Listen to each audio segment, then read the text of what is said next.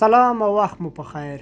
درنو اوریدونکو د پوهاوي د پودکاسټونو په لړ کې نن را سره لیکوال، شاعر او ژباړن نقیب احمد عزیزي پر یوه خورا مهمه موضوع د فکر تولید او ژباړه باندې بحث کوي. عزیزي صاحب سلام، ستړی مه شئ. خوښ یم چې د پوهاوي د پودکاسټونو په لړۍ کې را سره ګډون کوئ او ډیره مننه. عزیزي صاحب په پیل کې که راته ووایاست چې فرهنګي ځوانان او پیغلې فکر څنګه تولید کړي؟ ډیره زیاته مننه صالح صاحب له دعوته او له دې خدمت چې تاسې کوئ.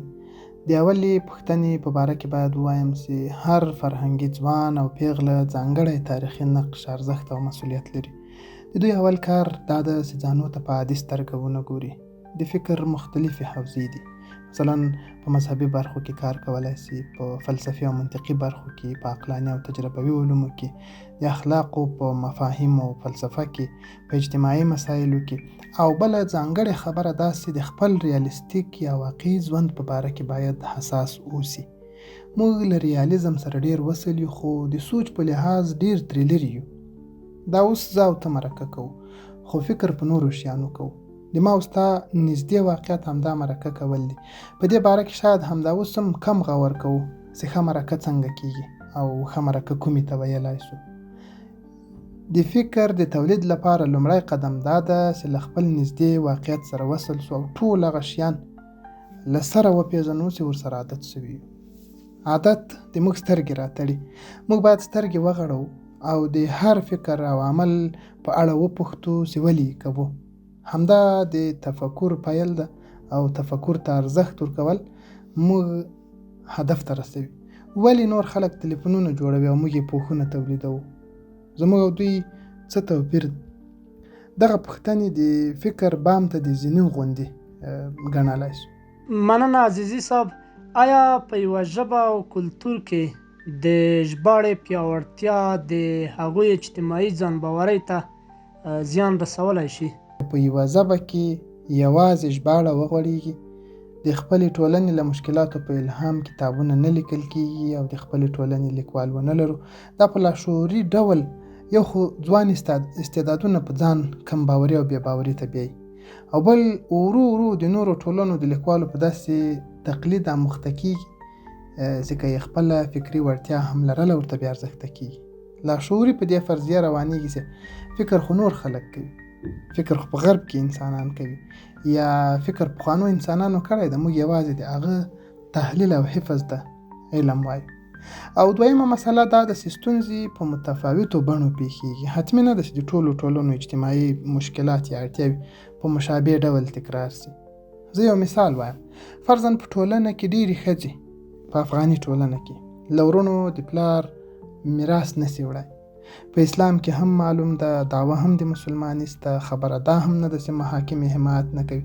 خو ما لیدلي او طبعا به تاسې هم لیدلي وي، ځینې ښځې وایي چې که زه دغه حق واخلم، د میراث حق مې، نو بیا مې ورونه فاتحه نه اخلي. په دې خاطر په ډېر سخت فقر کې اوسي خو جرأت نه کوي. اوس فکر وکړه دا ستونزه په ژباړه حل کېږي؟ د کومې ټولنې فلسفه ورته راوژباړو؟ د چا ارواپوهنه، د چا تجربي اثار؟ موږ خپل فکر ته ځکه اړ یو چې ستونزې مو خپلې دي. خپله ستونزه خپل حل غواړي. او د موږ په ډیرو داسې اثارو کې چې د نورو ټولنو حل لارې دي، د خپلو ستونزو لپاره حل لټوو چې کله کله مو بیخي په بله ستونزه ممکن اخته کړي. او ژباړه هغه وخت ګټوره ده چې ژباړن په خپله هم مفکر وي، یعنی حد اقل له تفکر سره سروکار ولري، د هغې برخې مطالعه یې کړي او بیا یو اثر په ډېر پام داسې وژباړي چې حاشیې هم پرې ولیکي. عزیزي صاحب یوه بله مهمه، آیا لوی تمدنونه مبتکر وو که مقلد؟ لوی مدنیتونه په فکري بنسټونو ولاړ وو او خپل ارزښتونه یې ځان ته په خپله تعریفول.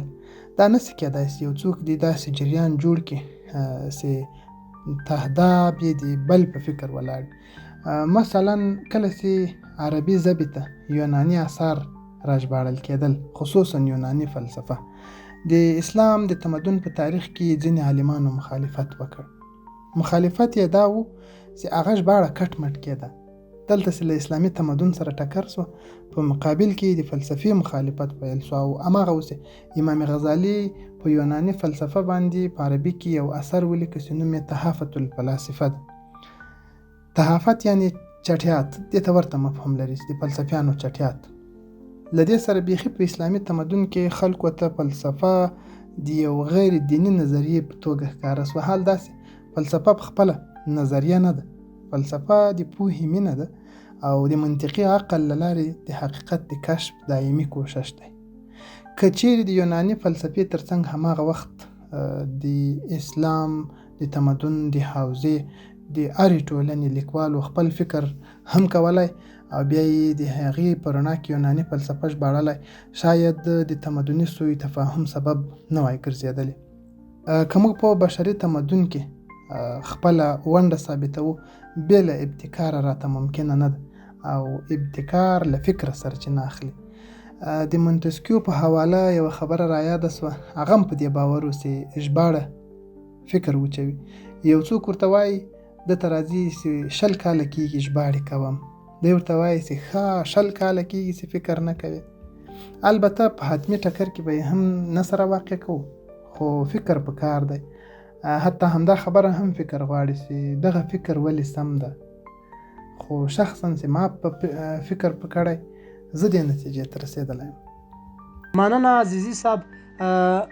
آیا ژباړه داسې هم کېدای شي چې د یوې ټولنې او ژبې فکري بنسټونه متاثر نه کړي؟ هو کېږي، دغسې ژباړه هم کېدای شي، خو داسې چې په ژبه کې قوي اثار لیکل شوي وي. یعنی کله چې په یوه ژبه کې قوي اثار موجود وي، مسلسل د نورو خلکو د اثارو ژباړه په ژبه منفي اغیز نه کوي. که همدا اوس پښتو ژبه په نورستان کې د یو ژبني اقلیت له ژبې سره مقایسه کړو، نو د ژباړې په مقابل کې د پښتو بدني دفاعي میکانیزم غښتلی ده، خو هغوی لا تر اوسه پورې خپل الفبا نه لري. که یې بنسټونه ونه رغېږي، هېڅکله به حتی خپله تحریري بڼه پیدا نه کړي، یوازې په شفاهي توګه به پاتې وي. او ځینې حوزې لکه د داستاني ادبیاتو په دې حصه کې یو څه ازادي شته، ځکه که موږ د دنیا ناولونه، د دنیا داستاني ادب ونه لولو، نو ممکن موږ په انزوا کې پاتې شو.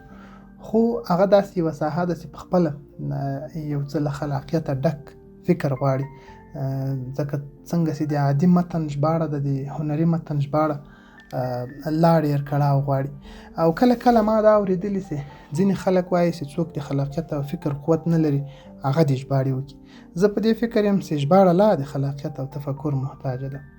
که له فکره پرته اثار انتخابوو او په داسې شکل یې ژباړو چې نه د مبدا ژبه سمه درک کوو او نه یې په هدف ژبه کې ښه وړاندې کولی شو، نو تخنیکي مشکلات یې هم زیاتېږي. څه خو لا دا ارزونه شوه چې کوم اثار د موږ د فکري مسیر خنډ دي او کوم نه دي. یعنې ژباړه هغه سخت او خطرناک کار ده چې موږ اسانه او ګټور فرض کړی. د فرهنګي تعامل لپاره ژباړه یو وخت ډېره ستایل کېده، خو موږ باید یو ټکي ته متوجه شو. دا سمه ده، که انسانان د یو بل په ژبه پوهېدی، د سوء تفاهم له وجې موجود مشکلات یې اسانه حل کېدل. خو په ژباړه کې موږ یوازې د ژبو په تدریس کار نه کوو، بلکې د پردۍ ژبې په فکري کتابونو پسې اقتدا کوو، اثار ژباړو. زه اوس بې له دې چې په چینایي ژبه وپوهېږم، هغه اخبار لوستلی شم چې له نانوایي ډوډۍ پکې راکوي. له نیکه مرغه چې ټکنالوژي انسانانو ته د یو بل په ژبو پوهېدل اسانه کړل. اوس ورو ورو ژباړه مکمله ماشیني کېږي. هر هغه کار چې واقعا د انسان له ذهن سره نه ښایي ماشیني کېږي. انسان خپل اصل ته ستنېږي چې د فکر او تدبر لپاره پیدا شوی. خیر اوسې عزیزي صاحب. عزیزي صاحب، په پای کې که پر دې هم یو څه ووایاست چې آیا د ادبي او فرهنګي تاریخ په بډاینه کې لوی کسان څوک بلل کېږي؟ ژباړنان که مفکرین؟ موږ په تاریخ کې اعزاز معمولا او غالبا هغو خلکو ته ورکوو چې فکر یې تولید کړی وي. داسې به یې فرض کړو چې نیوټن د جاذبې د کشف نظریه او فکر په ډېره کمزورې ادبي لهجه یا لیکنه بیان کړی، خو چې فکر یې خپل ده. د نړۍ د ټولو ژوندیو ژبو ژباړونکي د فکر په تاریخ کې څوک نه یادوي، دی یادوي. انسان له یادولو سره مینه لري، فنا یې نه خوښي. هغوی چې په تاریخ کې ساه اخیستل غواړي، لازمه ده چې انساني اصالت له مخې فکر ته لومړی ارزښت ورکړي او ژباړه یې ثانوي ارزښت. موږ ژباړونکي نه مایوسوو، د دوی د کار قدرداني کوو، خو اصلي اقتدا په دوی پسې نه کېږي. په اکثرو داسې جماعتونو کې تاسې به هم لیدلي وي چې د ملا امام تکبیر نه اورېدل کېږي، د صفونو له منځه د یو جګ غږ مقتدي تر ملا امام وروسته تکبیر تکراروي، خو هیڅ کله ملا امام نه ده. او ژباړن همدا د دویم تکبیر مقتدي ده. مخکې مې د ټکنالوژیک ترحم خبره وکړه، اوس په ژباړه معتاد کسان هم کولی شي فکر ته وخت پیدا کړي. تر اوسه چې دوی د موږ لپاره وخت ضایع کوو یا مصرفوو، یوه جمعي مننه ځینې کوو. ډېره مننه لیکوال، شاعر او ژباړن نقیب احمد د عزیزي چې پر دې مهمه موضوع مو را سره بحث وکړ، او د پوهاوي له درنو اورېدونکو هم مننه چې بحث یې تر پایه واورېد.